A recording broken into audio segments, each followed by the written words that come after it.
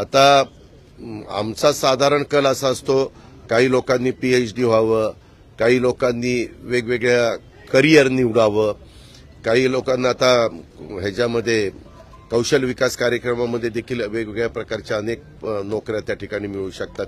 Training दिलं तर नोकऱ्या त्या ठिकाणी मिळू शकतात. ते ट्रेनिंग त्यांना द्यावं.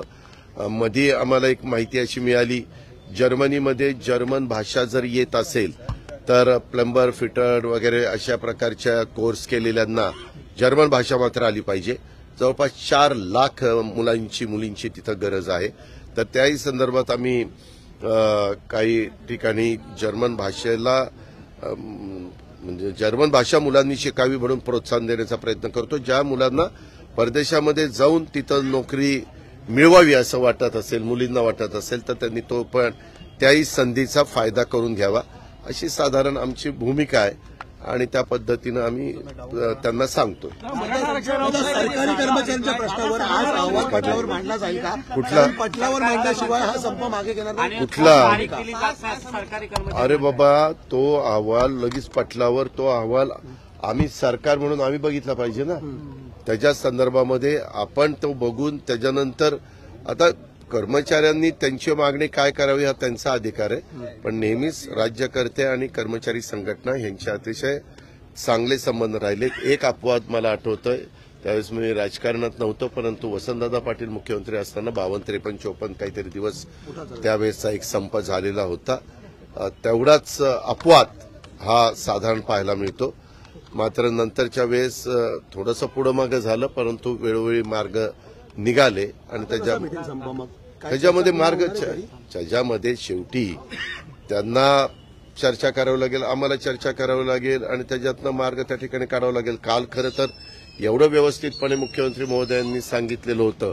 माझी तर कर्मचारी संघटनांना, कर्मचाऱ्यांना, त्या संपामध्ये सहभागी झालेल्या सगळ्यांना विनंती आहे की बाबा तुम्ही हे संप मागे घ्या. सरकार तुमच्या जुन्या पेन्शनच्या बाबतीमध्ये पॉझिटिव्ह आहे, याबद्दल शब्द कालच मुख्यमंत्र्यांनी दिलेला.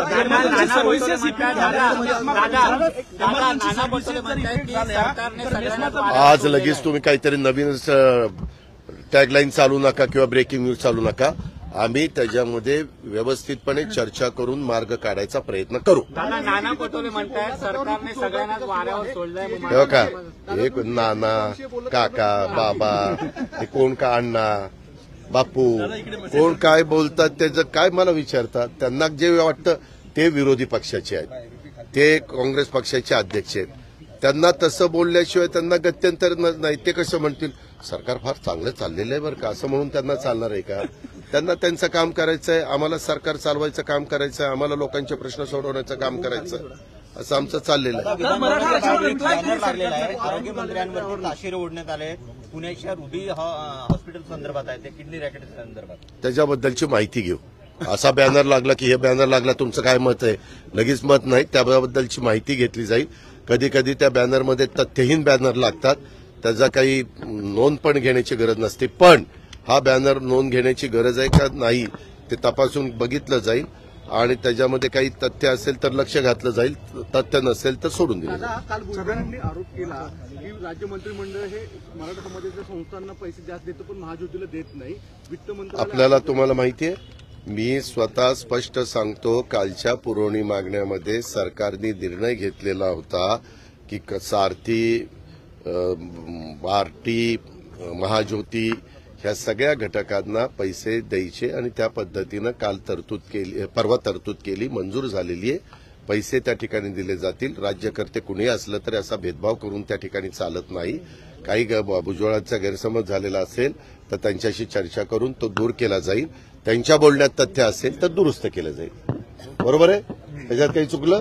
दादा मंत्रिमंडळ विस्तार झालेला आहे, चर्चा करणार का विस्तार? भूम मागं घ्या.